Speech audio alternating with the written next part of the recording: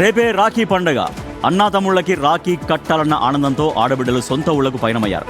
ఊరంతా పండగ సందడి వాతావరణం నెలకొంటున్న వేళ ఆ ఊరిలో మాత్రం విషాదం అలుముకుంది. రాఖీ కట్టాల్సిన అన్నకే చివరి రాఖీ కట్టాల్సిన పరిస్థితి ఆ చెల్లెలికి వచ్చింది.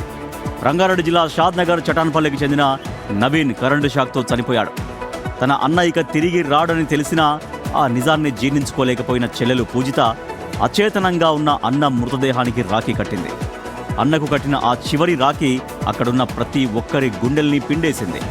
ఏటా అన్నకు రాఖీ కట్టే ఆ చెల్లెలి చేతులు ఈసారి కదలకుండా ఉన్న అన్న చేతికి రాఖీ కట్టాల్సి వచ్చింది.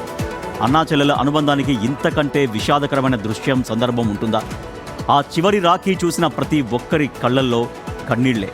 రాఖీ కట్టేందుకు ఎదురు చూసిన చెల్లెలికి అన్న చివరి చూపే మిగిలింది.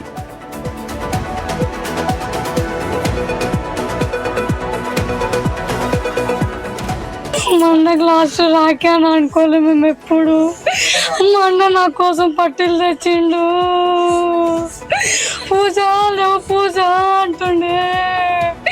అన్నం తినకపోతే లేవు పూడి అంటుండే. మా అమ్మ మా నాన్న తెట్టి అయిపోతుండ్రు. మా అన్న నాకు కావాలని ఇదే కోరుకుంటున్నా అందరికి. ప్లీజ్ మా అన్న నాకు తెచ్చండి ప్లీజ్.